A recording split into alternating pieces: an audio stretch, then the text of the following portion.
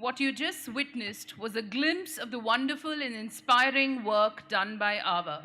We promise to make this afternoon equally wonderful and inspiring for you all. Good afternoon and welcome to the afternoon session, day 2 of Abhivyakti Season 3. I am Priya Nambiar and I hope you've all had a bite to eat, taken a look at our lovely stalls, and are all geared up for what's coming next. We have a very special guest joining us shortly, ladies and gentlemen. I hope the energy is high and you welcome him with a thunderous round of applause, please.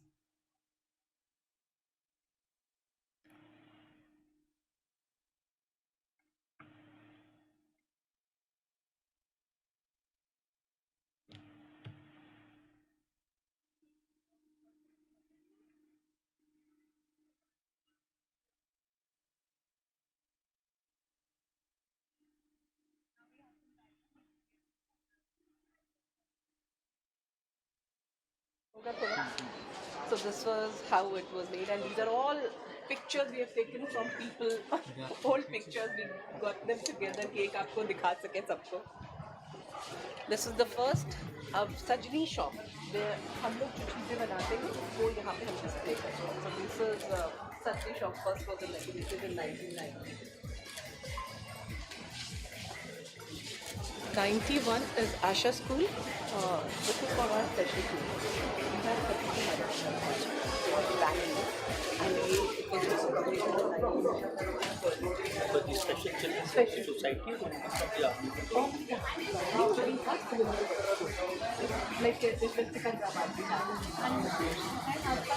main focus is here. तो उनके लिए अच्छा हो जाता है जब एक जगह से दूसरी जगह जाते हैं तो उनको स्पेशल केयर मिलती है. 93 में हमने विमेन हॉस्टल बनाए. आपने एक दिल्ली में देखा हमारा विमेन हॉस्टल है शंकर विहार में. एक हमारा फाजिका है मुंबई में जहाँ पे है एंड 96 हमें लगा कि हम छोटी छोटी कहानियाँ लिखनी शुरू हो गई तो हमने एक बुक निकालनी शुरू करी जिसका नाम है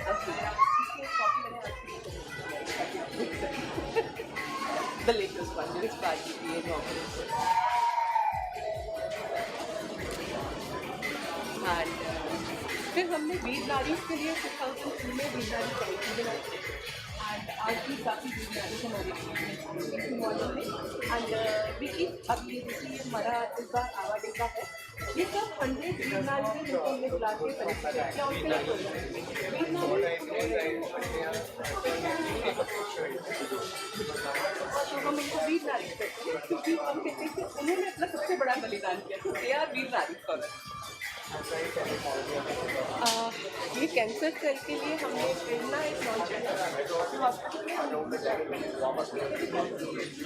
सब मदान और इमोशनली में थोड़ा सा यूज करते हैं.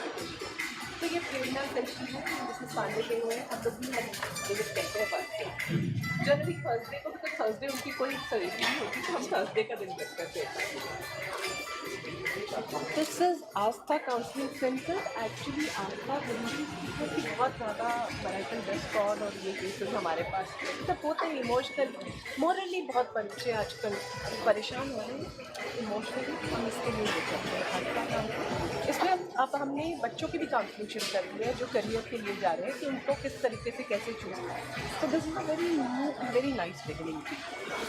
Who are the people who are the counselors? We have hired professional counsellor. हमारी कुछ लेडीज भी काउंसलर हैं, अच्छी काउंसलर्स हैं. हम उनको भी देते हैं. आप अभी मैं अगर आपको सभी को बाद में आपको ऑनलाइन बदल दिखाऊंगी. ये हमारा सर एक पिक्चर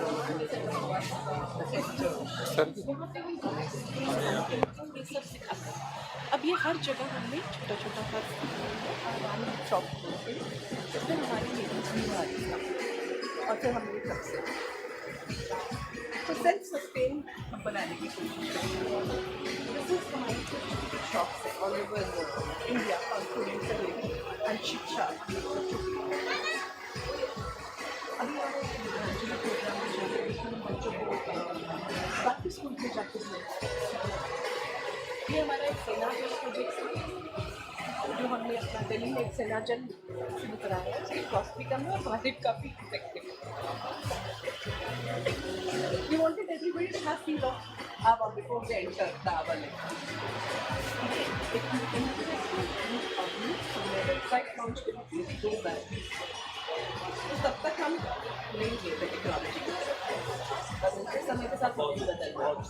तो इसलिए हमारे थीम में भी ट्रांजिशन, ट्रांजिएंस एंड ट्रांसफॉर्मेशन है। एथिकली बच्चों को एथिकल मोरल देने के लिए एक कोई कॉम्पिटिशन शुरू करा पिछले 2021 थर्ड सीजन इस बार हुआ है, and I am proud to say that Southern Command won this competition। ये हमारे बच्चे हैं, ये इस बार ट्रॉफी लेके आ रहे हैं हमारे लिए। बड़ी अच्छी कॉन्वर्सेशंस होती हैं, इतने बढ़िया टॉपिक्स की जिसमें कुछ गलत नहीं, there is no right, there is no wrong, बस उनको अपने एथिक्स के हिसाब से यस नो करना। So much of exposure. बच्चे इतने स्मार्ट हैं।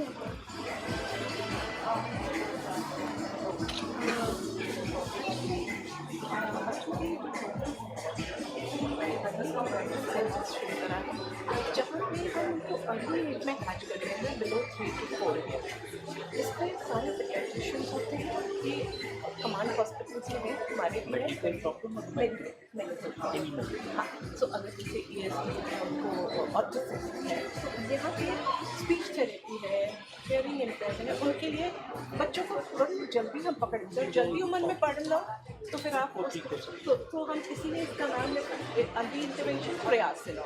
दिस इज द प्रयास फ्रॉम आर्मी वाइज कि इसको हम ठीक करते हैं।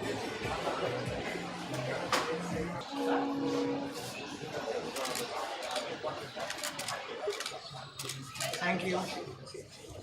Thank you so much. These are my ladies. They are working. They are night jobs. Madhuri, because we are on first name, तो मुझे मिसेस में थोड़ा टाइम लगेगा, प्लीज। आगे चलो आप चलो। हम इतने यूज्ड टू हो गए अब इस ह्यूमन चेन की कि हम इनको ले लेके ही चलते हैं आजकल। चला रहे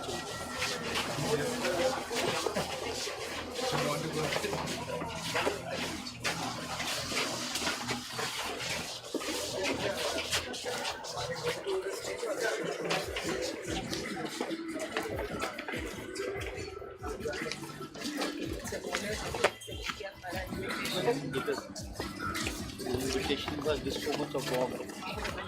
बट आपने इतना बिजी स्केड्यूल में टाइम निकाला, that's a real honour. Actually इससे जब हाँ कहा था तब ये इलेक्शन का यही शेड्यूल। हाँ, आई नो आप यू आर एकदम अत्यंत।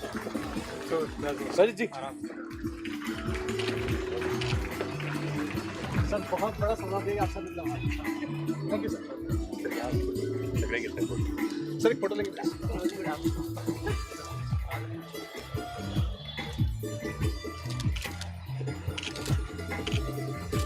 प्लीज कम, प्लीज कम, एक मिनट, प्लीज कम।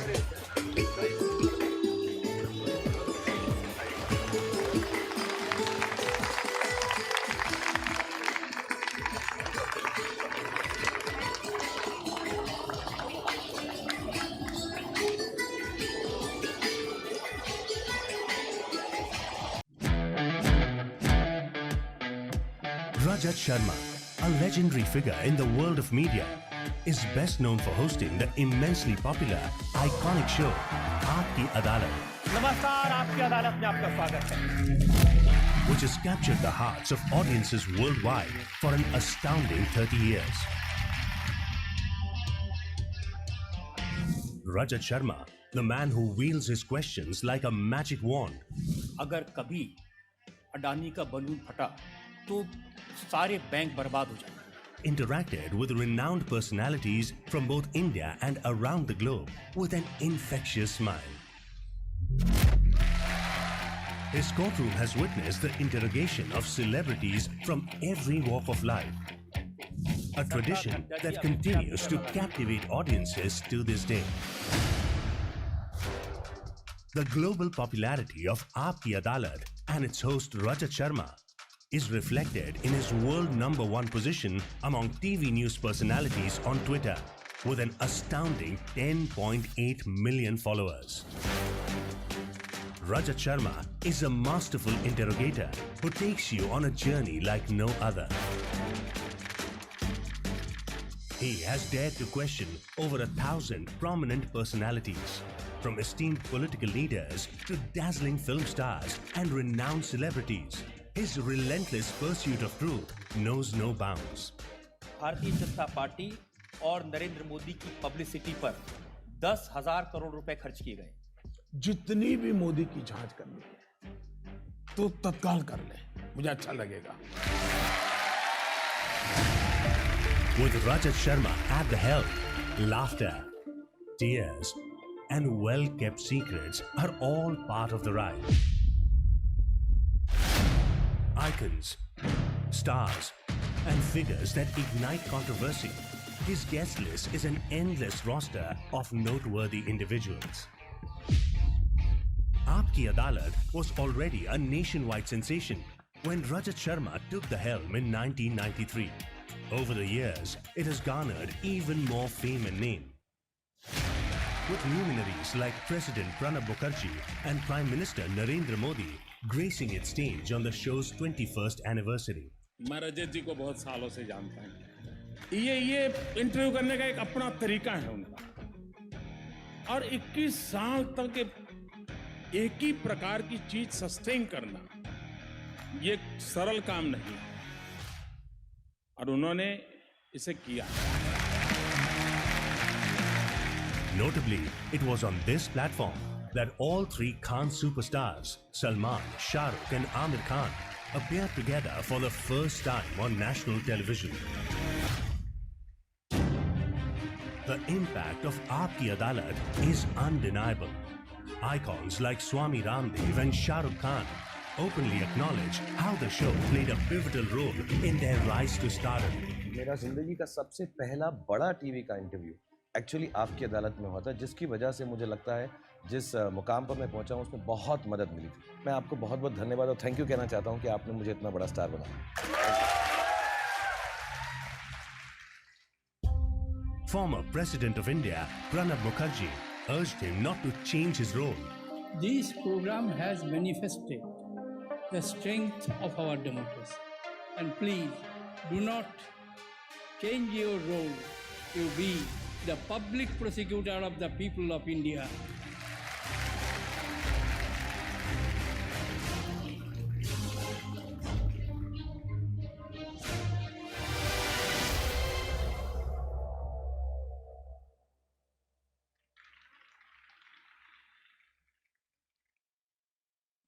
मैं मंच पे आमंत्रित करना चाहूंगी इन जाने माने हस्ती को जो शब्दों के मोहताज नहीं हैं, इनका रुतबा ही इनकी पहचान है.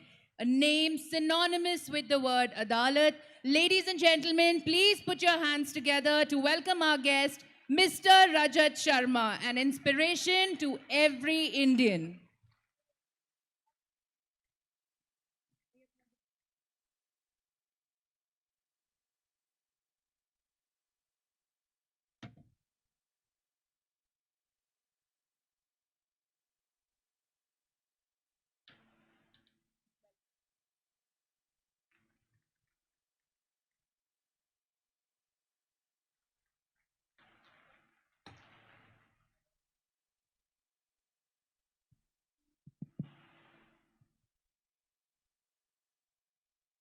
Welcome, sir. We're very honored to have you here with us today. सबसे पहले तो मैं कहना चाहूँगी कि लोग दो प्रकार के होते हैं. एक वो जो बोले भगवान मुझे कभी अदालत के चक्कर मत कटवाना, और एक मेरी तरह जो बोले भगवान मुझे रजत जी की अदालत में जाने का एक मौका ज़रूर देना. Thank you so much. I am so delighted to be sharing stage आज तो with you. आपने मुझे अपनी अदालत में बुला लिया है। बिल्कुल रजत जी, मेरा सपना पूरा हो गया. Thank you so much for being here with us.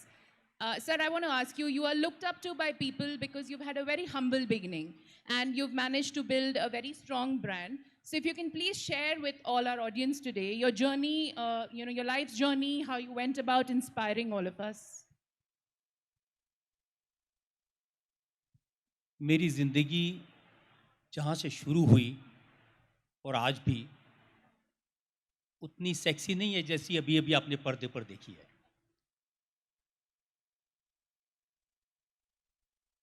बचपन को अगर याद करता हूँ, पुरानी दिल्ली में सब्जी मंडी में एक संकरी सी गली में जाकर तीसरी मंजिल पर एक 10 बाई 10 का कमरा था। उस कमरे में 7 भाई, एक बहन, एक पिता, बीमार माँ, 10 लोग एक साथ रहते थे। इतनी जगह नहीं थी कि हम लोग फर्श पे सो सकें, तो एक के ऊपर एक तख्ते लगाकर सोते थे।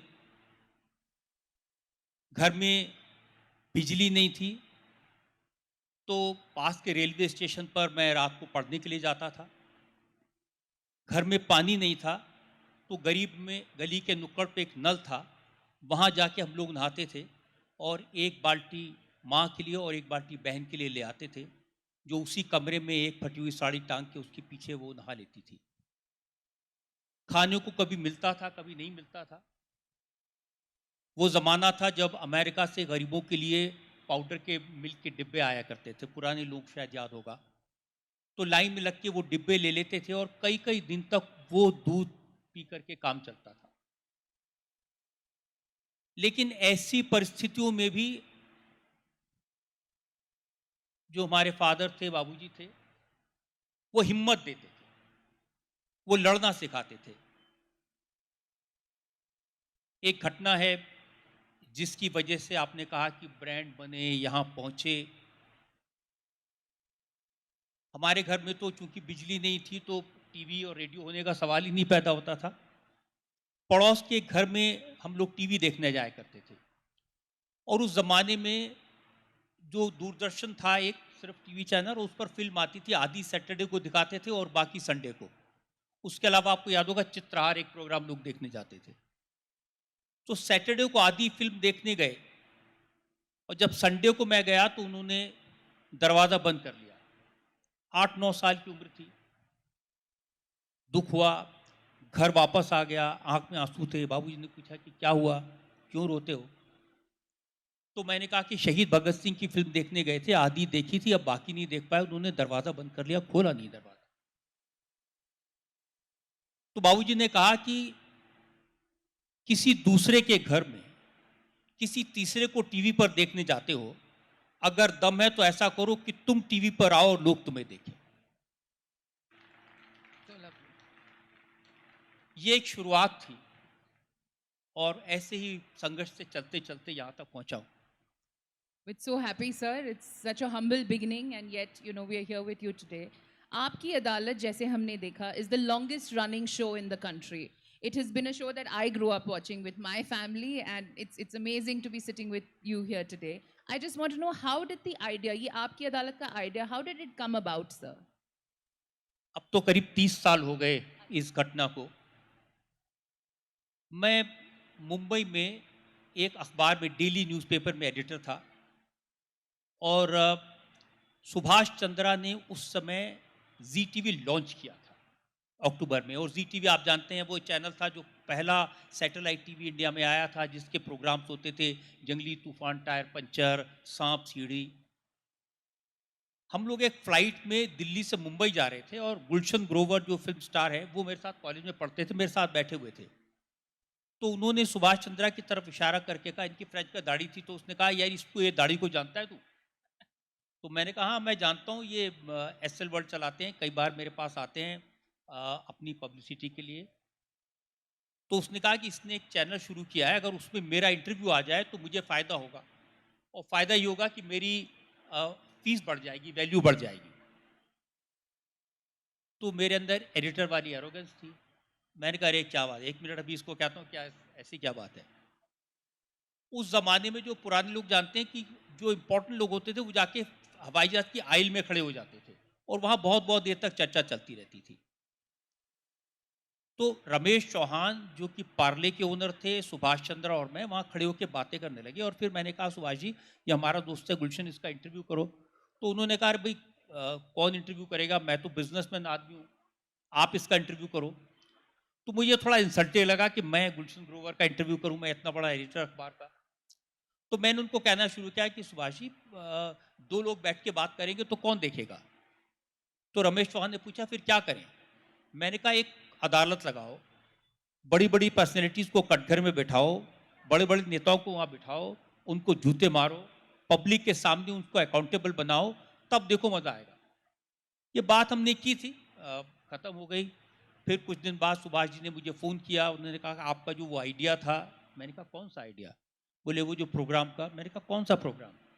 तो उन्होंने कहा अच्छा मैं आपको मिलने आता हूँ। फिर मिलने आए तो उन्होंने मुझे कहा कि वो जो आइडिया था मैंने अपने क्रिएटिव लोगों से डिस्कस किया, ये आपकी अदालत का आइडिया बड़ा अच्छा हो सकता है। तो मैंने कहा जी मैंने कोई आइडिया नहीं दिया, मैं तो वैसे ही बात कर रहा था और आई एम सॉरी मैंने इतनी उल्टी सीधी लफाजी कर दी थी।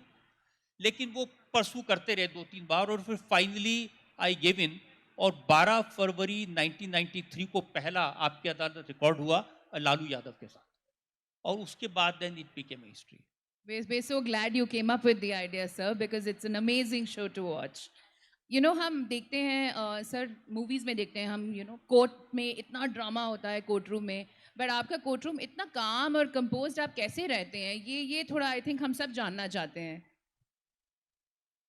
मुझे लगता है मुझे हमेशा इस बात का ध्यान रहता है कि लोग क्या जानना चाहते हैं, पब्लिक के मन में क्या सवाल हैं।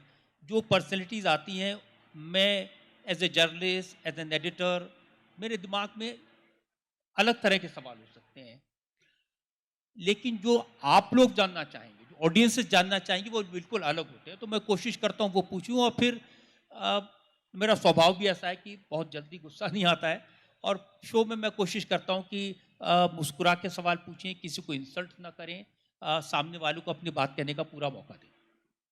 सर, कभी ऐसा हुआ हो आपके साथ कि रियलिटी में किसी ने आपके पास आके आपको बोला हो कि क्या रजत जी आप मेरा केस लड़ेंगे?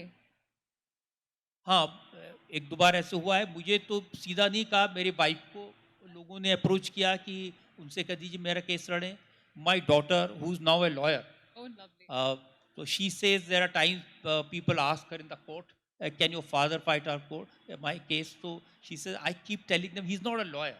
I am a trained lawyer. He is not. Oh, that's so nice. But were you the inspiration for her, doing law? No, I think she decided on her own. I think Mr. Arun Jaitley was a very, very close family friend.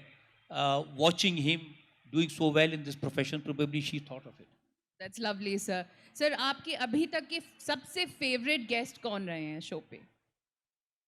Actually मेरा favourite guest वो होता है जिसको जनता पसंद करती है। जब ratings आती हैं और फिर लोग उसको देखते हैं, तो 30 साल के जर्नी को अगर जब हम एनालाइज करते हैं, तो सबसे ज़्यादा कौन सा शो था जिसको लोगों ने देखा, और ये तब होता है किसी व्यक्ति के बारे में लोगों के मन में क्यूरियोसिटी होती है, उत्सुकता होती है। तो 2014 में जब नरेंद्र मोदी आपकी अदालत में आए, तो he was a huge success, क्योंकि उस समय वो प्रधानमंत्री पद के उम्मीदवार थे। Everyone was wanting to know who this man is, what his background is, what his ideas are, how is he going to lead the country. So probably this came out from there. Number 2 पर मैं कहूँगा जिसके बारे में बहुत लोगों के मन में क्यूरियोसिटी थी, बहुत कंट्रोवर्शियल इंसान, और जो कभी किसी इंटरव्यू को सीधे जवाब नहीं देते थे। उनसे सवाल पूछ रहे होते थे, कोई वो इधर देखेंगे, वो कभी उधर देखेंगे, लेकिन जब वो आपकी अदालत में आए तो उन्होंने हर सवाल का जवाब दिया। वो थे सलमान खान। सलमान ने पहली बार अपनी ब्लैक बक की किलिंग के बारे में, अपने रोड एक्सीडेंट के बारे में, ऐश्वर्या राय के बारे में, कटरीना के बारे में खुलकर बात की, और वो प्रोग्राम में फोकस करके जवाब दे रहे थे, इधर उधर नहीं देख रहे थे। तो ये इसलिए वो प्रोग्राम काफ़ी हिट हुआ। तो ये, और शुरुआती दिनों में जिस प्रोग्राम ने सबसे ज़्यादा लोगों को अट्रैक्ट किया था वो लालू यादव का था, जो पहला शो था। और उसके बाद इमरान खान को मैं आपकी अदालत में लाया था। उस समय वो पाकिस्तान के बड़े बॉलर थे, क्रिकेटर थे, और सियासत में नहीं आए थे। तो आपकी अदालत में उन्होंने अनाउंस किया था कि मैं राजनीति में एंटर कर रहा हूँ। तो that show became very big hit in the subcontinent. That's so lovely, sir. And has there been any guest who you were very keen to have on Aapki Adalat but has not yet made it to the show? सबसे ज़्यादा इस समय मुझे लगता है जो interesting होगा, मैं कोशिश कर रहा हूँ उनको बुलाने की, वो है Donald Trump. I think we're all looking forward to that. मुझे लगता है दुनिया में उनसे अच्छी पर्सनैलिटी कोई नहीं है आपकी अदालत में आने के लिए। बिल्कुल। और प्रेजेंट हाउस में मेरी उनसे मुलाकात हुई थी जिस समय वो इंडिया आए थे लास्ट टाइम। तो वो नॉर्मली सब लोग लाइन में खड़े होते हैं, एक एक सेकंड में इंट्रोडक्शन होता है, ये हैं। तो मोदी जी ने इंट्रोड्यूस कराया, ये हमारे टीवी के बहुत बड़े स्टार हैं। तो ट्रम्प पहले आगे निकल गए थे, फिर अचानक वो वापस आए, what makes you a star?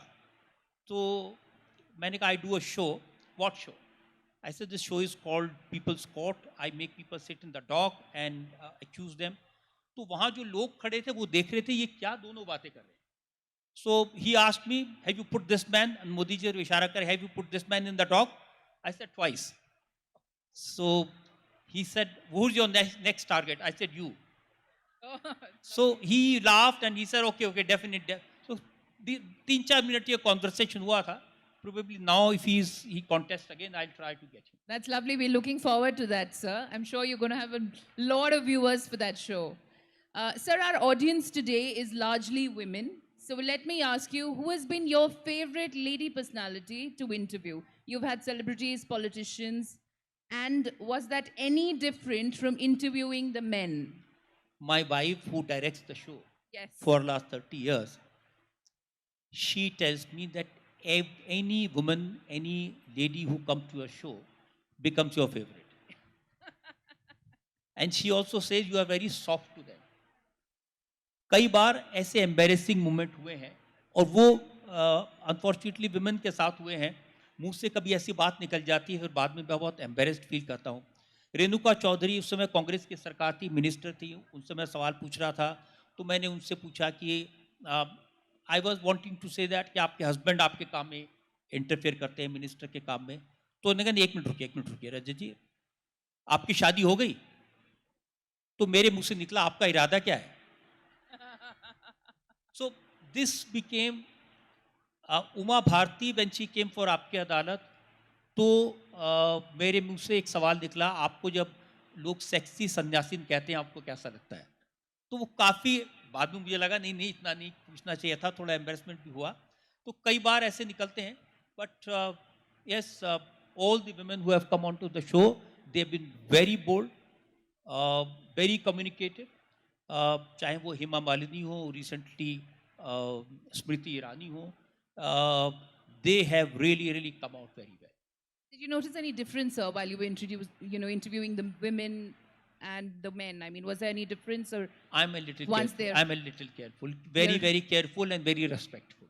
right? मैं when there is a woman in the dock, मैं भगवान से प्रार्थना करता हूँ मेरे से कोई गलती ना हो जाए, मेरे मुंह से कोई ऐसी बात ना निकल जाए जिसका मुझे बाद में दुख हो.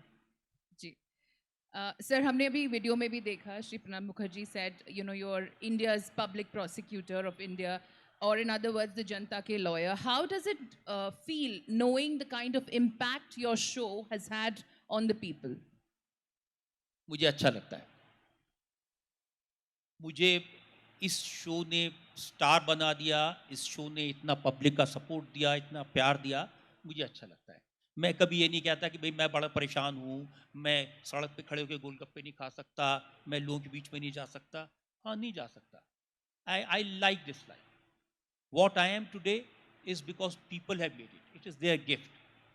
एक ही बात मैं हमेशा अपने ध्यान में रखता हूँ कि जो लोग मेरे शो को देख रहे हैं, चाहे वो आपकी अदालत को देखते हैं या आज की बात को देखते हैं, वो अपनी ज़िंदगी की वो चीज़ मुझे दे रहे हैं जो उनके पास कभी वापस नहीं आएगी. अपनी सबसे कीमती चीज़, अपना वक्त.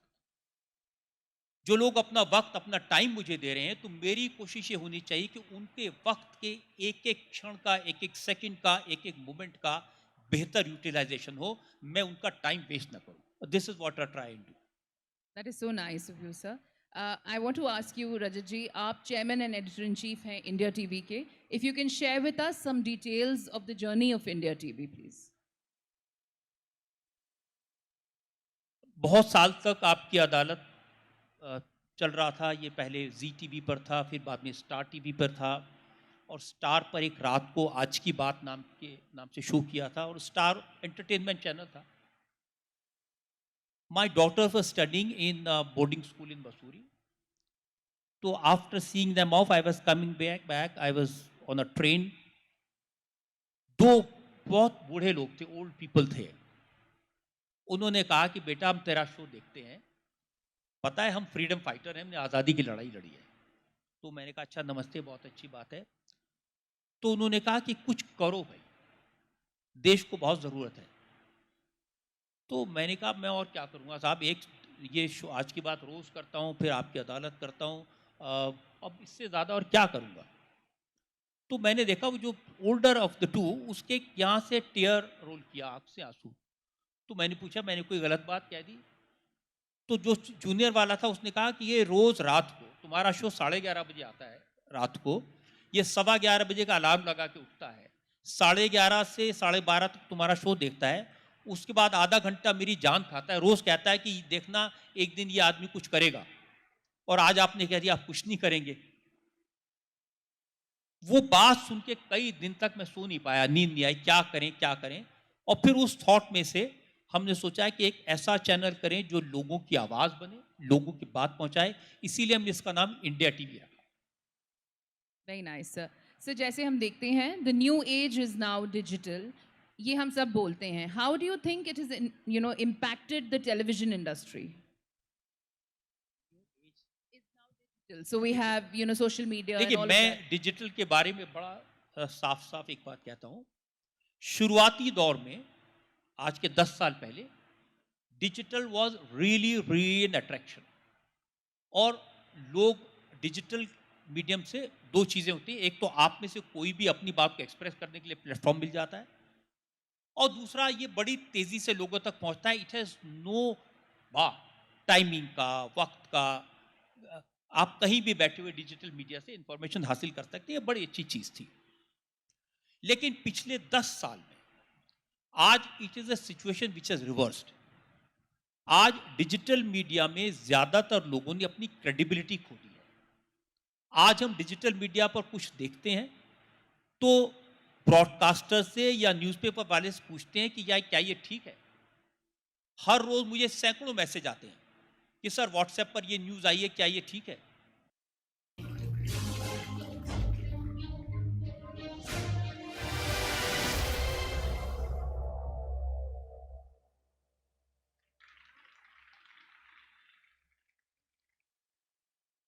मैं मंच पे आमंत्रित करना चाहूंगी इन जाने माने हस्ती को जो शब्दों के मोहताज नहीं हैं, इनका रुतबा ही इनकी पहचान है। A name synonymous with the word Adalat. Ladies and gentlemen, please put your hands together to welcome our guest, Mr. Rajat Sharma, an inspiration to every Indian.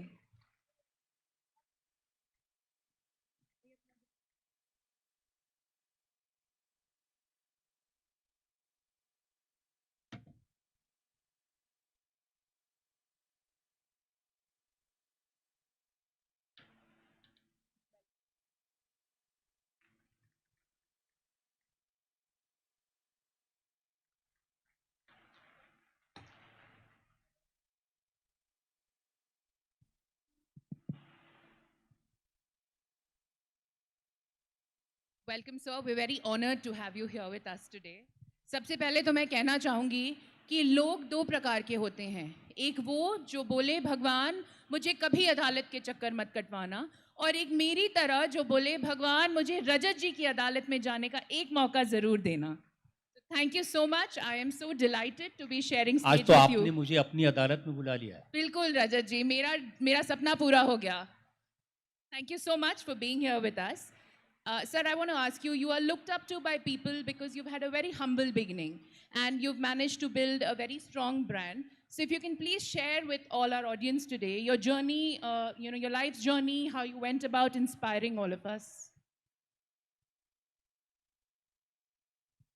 मेरी ज़िंदगी जहाँ से शुरू हुई और आज भी उतनी सेक्सी नहीं है जैसी अभी अभी आपने पर्दे पर देखी है।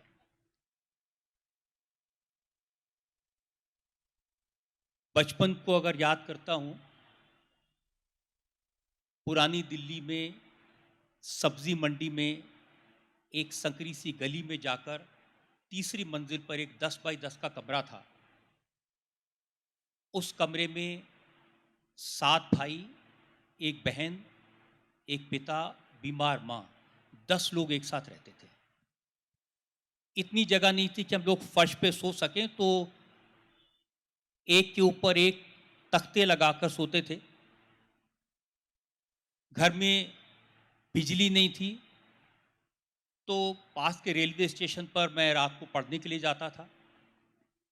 घर में पानी नहीं था तो गरीब में गली के नुक्कड़ पे एक नल था, वहाँ जाके हम लोग नहाते थे और एक बाल्टी माँ के लिए और एक बाल्टी बहन के लिए ले आते थे, जो उसी कमरे में एक फटी हुई साड़ी टांग के उसके पीछे वो नहा लेती थी।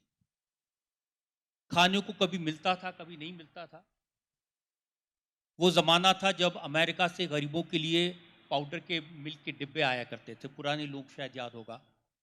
तो लाइन में लग के वो डिब्बे ले लेते थे और कई कई दिन तक वो दूध पी करके काम चलता था। लेकिन ऐसी परिस्थितियों में भी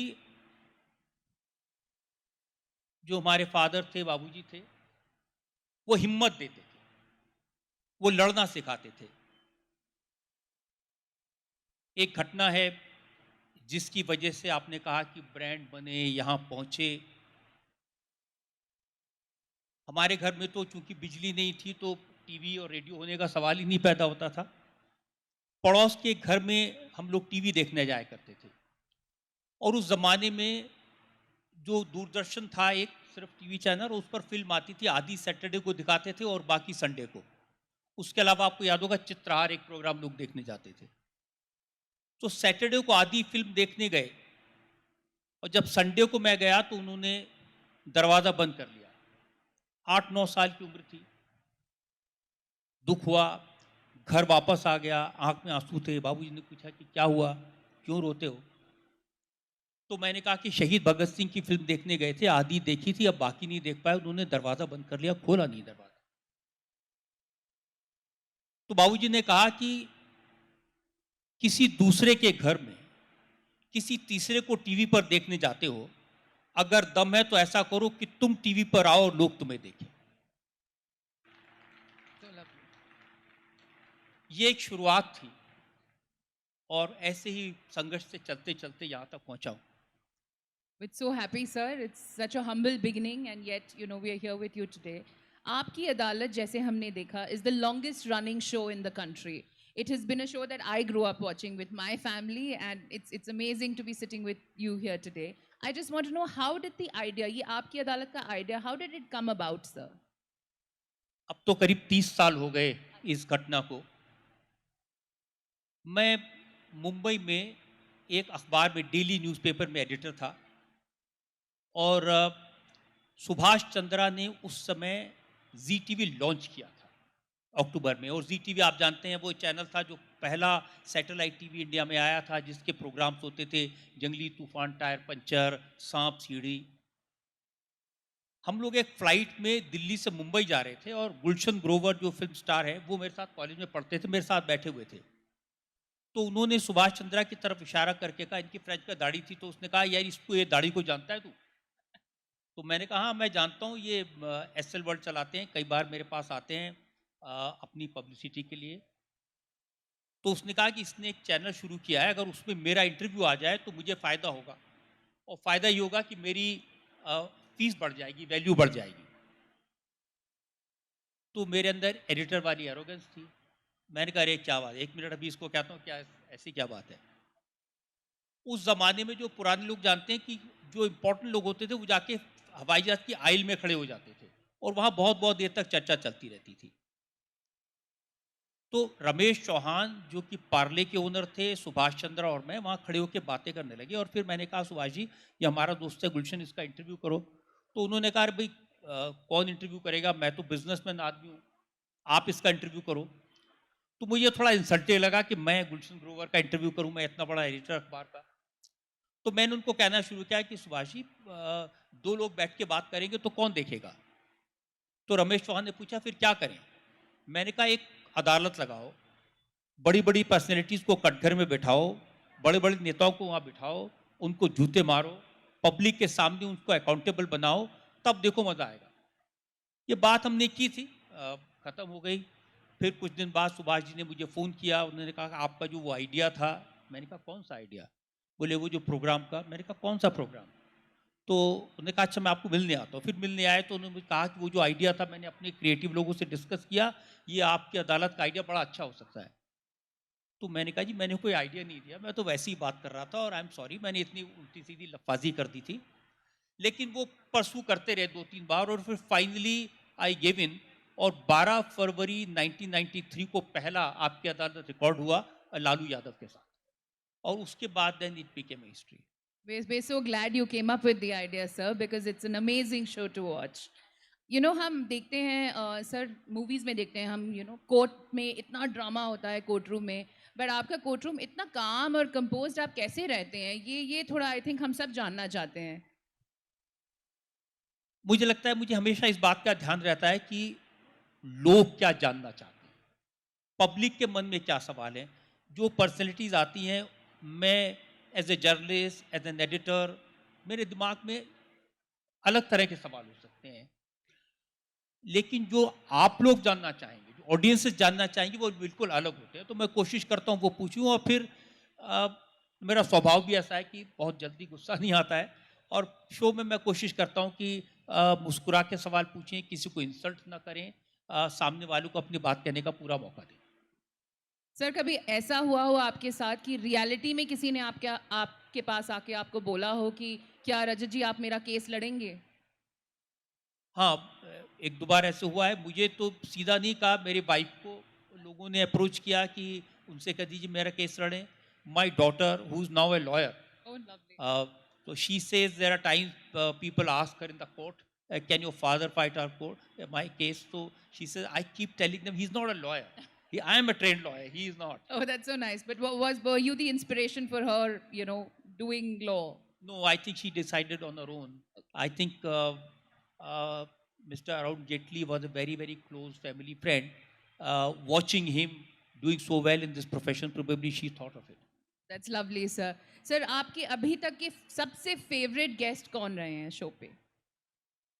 एक्चुअली मेरा फेवरेट गेस्ट वो होता है जिसको जनता पसंद करती है। जब रेटिंग्स आती हैं और फिर लोग उसको देखते हैं, तो 30 साल के जर्नी को अगर जब हम एनालाइज करते हैं, तो सबसे ज़्यादा कौन सा शो था जिसको लोगों ने देखा।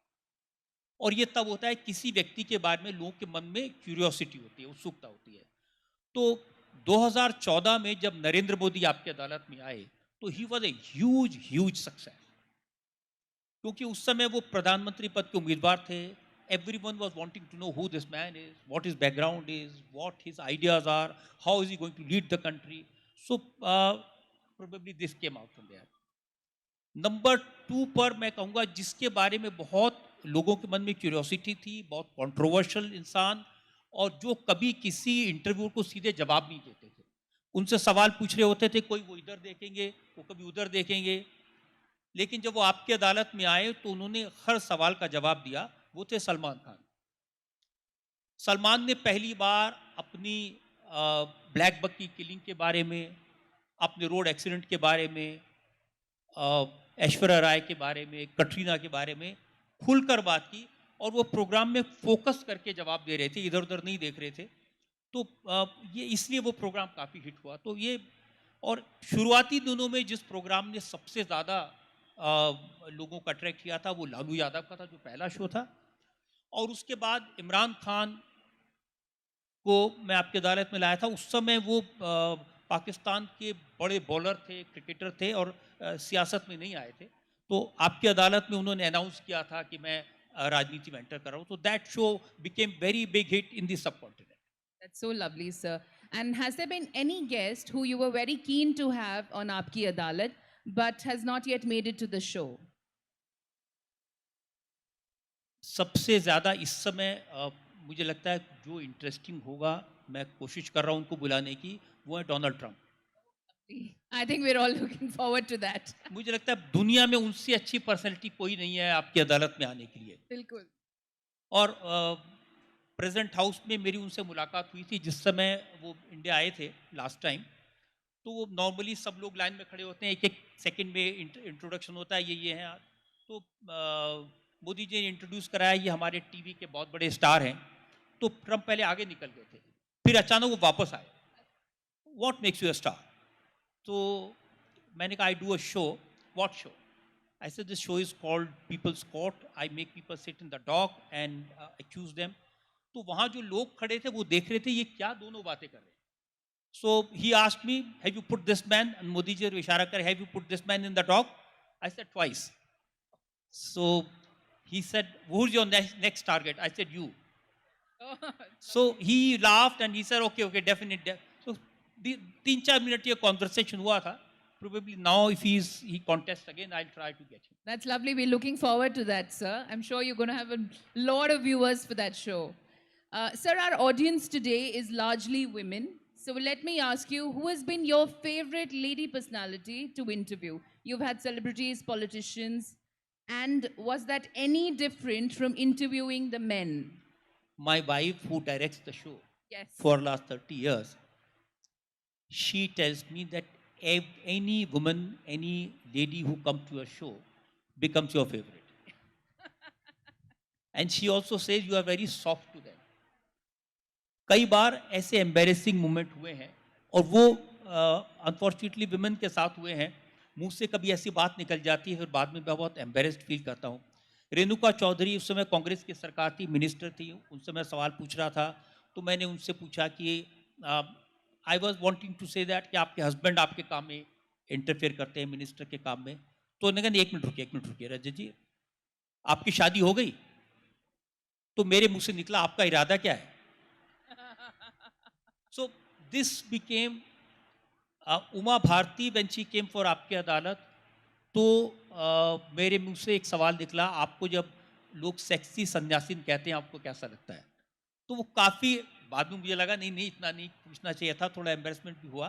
तो कई बार ऐसे निकलते हैं. But yes, all the women who have come onto the show, they have been very bold, very communicative. चाहे वो हेमा मालिनी हो, रिसेंटली स्मृति ईरानी हो, they have really come out very well. Did you notice any difference, sir, while you were interviewing the women and the men? I mean, was there any difference, or I'm a little once careful. they're I'm a little careful, very careful and very respectful. right? मैं when there is a woman in the dock, मैं भगवान से प्रार्थना करता हूँ मेरे से कोई गलती ना हो जाए, मेरे मुंह से कोई ऐसी बात ना निकल जाए जिसका मुझे बाद में दुख हो. जी. Sir, हमने अभी वीडियो में भी देखा, Shri Pranab Mukherjee said, you're India's public prosecutor of India, or in other words, the जनता के lawyer. How does it feel knowing the kind of impact your show has had on the people? मुझे अच्छा लगता है. मुझे इस शो ने स्टार बना दिया, इस शो ने इतना पब्लिक का सपोर्ट दिया, इतना प्यार दिया, मुझे अच्छा लगता है. मैं कभी ये नहीं कहता कि भाई मैं बड़ा परेशान हूँ, मैं सड़क पे खड़े होकर गोलगप्पे नहीं खा सकता, मैं लोगों के बीच में नहीं जा सकता. हाँ, नहीं जा सकता. I like this life. What I am today is because people have made it. It is their gift. एक ही बात मैं हमेशा अपने ध्यान में रखता हूँ कि जो लोग मेरे शो को देख रहे हैं, चाहे वो आपकी अदालत को देखते हैं या आज की बात को देखते हैं, वो अपनी ज़िंदगी की वो चीज़ मुझे दे रहे हैं जो उनके पास कभी वापस नहीं आएगी, अपनी सबसे कीमती चीज़, अपना वक्त. जो लोग अपना वक्त, अपना टाइम मुझे दे रहे हैं, तो मेरी कोशिश ये होनी चाहिए कि उनके वक्त के एक एक क्षण का, एक एक सेकंड का, एक एक मोमेंट का बेहतर यूटिलाइजेशन हो, मैं उनका टाइम वेस्ट ना करूं. This is what I try and do. That is so nice of you, sir. I want to ask you, Rajat ji, आप chairman and editor in chief हैं India TV के. If you can share with us some details of the journey of India TV, please. बहुत साल तक आपकी अदालत चल रहा था. ये पहले जी टीवी पर था, फिर बाद में स्टार टीवी पर था, और स्टार पर एक रात को आज की बात नाम से शो किया था, और स्टार एंटरटेनमेंट चैनल था. My daughters were studying in boarding school in Mussoorie. So after seeing them off, I was coming back. I was on a train. दो बहुत बूढ़े लोग थे, ओल्ड पीपल थे. उन्होंने कहा कि बेटा हम तेरा शो देखते हैं, पता है हम फ्रीडम फाइटर हैं, हमने आज़ादी की लड़ाई लड़ी है. तो मैंने कहा अच्छा नमस्ते, बहुत अच्छी बात है. तो उन्होंने कहा कि कुछ करो भाई, देश को बहुत ज़रूरत है. तो मैंने कहा मैं और क्या करूँगा साहब, एक ये शो आज की बात रोज़ करता हूँ, फिर आपकी अदालत करता हूँ, अब इससे ज़्यादा और क्या करूँगा. तो मैंने देखा वो जो ओल्डर ऑफ द टू, उसके यहाँ से टीयर रोल किया, आँख से आंसू. तो मैंने पूछा मैंने कोई गलत बात कह दी? तो जो जूनियर वाला था उसने कहा कि ये रोज़ रात को, तुम्हारा शो 11:30 बजे आता है रात को, ये 11:15 बजे का अलार्म लगा के उठता है, 11:30 से 12:30 तक तुम्हारा शो देखता है, उसके बाद आधा घंटा मेरी जान खाता है, रोज कहता है कि देखना एक दिन ये आदमी कुछ करेगा, और आज आपने कह दिया आप कुछ नहीं करेंगे। वो बात सुन के कई दिन तक मैं सो नहीं पाया, नींद नहीं आई, क्या करें क्या करें। और फिर उस थॉट में से हमने सोचा कि एक ऐसा चैनल करें जो लोगों की आवाज बने, लोगों की बात पहुंचाए, इसीलिए हमने इसका नाम इंडिया टीवी रखा। Very nice sir. सर जैसे हम देखते हैं the new age is now digital, ये हम सब बोलते हैं। How do you think it is impacted the television industry? So we have social media and देखिए, all of मैं that. डिजिटल के बारे में बड़ा साफ साफ एक बात कहता हूँ। शुरुआती दौर में, आज के 10 साल पहले, digital was really an attraction. और लोग डिजिटल मीडियम से दो चीज़ें होती हैं, एक तो आप में से कोई भी अपनी बात को एक्सप्रेस करने के लिए प्लेटफॉर्म मिल जाता है, और दूसरा ये बड़ी तेज़ी से लोगों तक पहुंचता है। इट हैज़ नो टाइमिंग का, वक्त का। आप कहीं भी बैठे हुए डिजिटल मीडिया से इंफॉर्मेशन हासिल कर सकते हैं, बड़ी अच्छी चीज़ थी। लेकिन पिछले 10 साल में आज it is a situation which is reversed. आज डिजिटल मीडिया में ज़्यादातर लोगों ने अपनी क्रेडिबिलिटी खो दी है। आज हम डिजिटल मीडिया पर कुछ देखते हैं तो ब्रॉडकास्टर से या न्यूज़पेपर वाले से पूछते हैं कि यार क्या ये ठीक है। हर रोज़ मुझे सैकड़ों मैसेज आते हैं कि सर व्हाट्सएप पर ये न्यूज़ आई है, क्या ये ठीक है? सर फलां वेबसाइट पर ये न्यूज़ आई है, क्या ये ठीक है? न्यूज़ की ताकत होती है क्रेडिबिलिटी, ट्रस्ट में। अगर आप मेरी बात पर भरोसा नहीं करते, अगर मेरी क्रेडिबिलिटी नहीं है, तो मेरी कोई वर्थ नहीं है न्यूज़ के वर्ल्ड में। तो डिजिटल मीडिया ने ओवर एंथुसिज्म में, ज़्यादा हिट्स लेने के चक्कर में, झूठ बोल के, अफवाहें फैला करके, हाफ बेक ट्रूथ बता करके, लोगों की भावनाएं भड़का करके अपनी वो क्रेडिबिलिटी खत्म कर दी। And now people are looking back to broadcast media to get the saner news. पहले ब्रॉडकास्ट मीडिया से लोगों को बहुत सारी शिकायतें होती थी, बहुत शिकायतें होती थी, वो role reversal. Sir, lastly, I want to ask you, what is your idea of success? मेरा आइडिया सक्सेस का ये है कि आपने मुझे यहाँ इतने सम्मान से बुलाया, So that is your humility कि आप आए हमारे साथ बैठे। और आर्मी के लोगों की वाइफ्स हैं, उनका मैंने काम देखा, मैं वाकई में बहुत इम्प्रेस्ड हूँ। किस लेवल पर काम शुरू किया और आज उसको कहाँ तक पहुँचा दिया।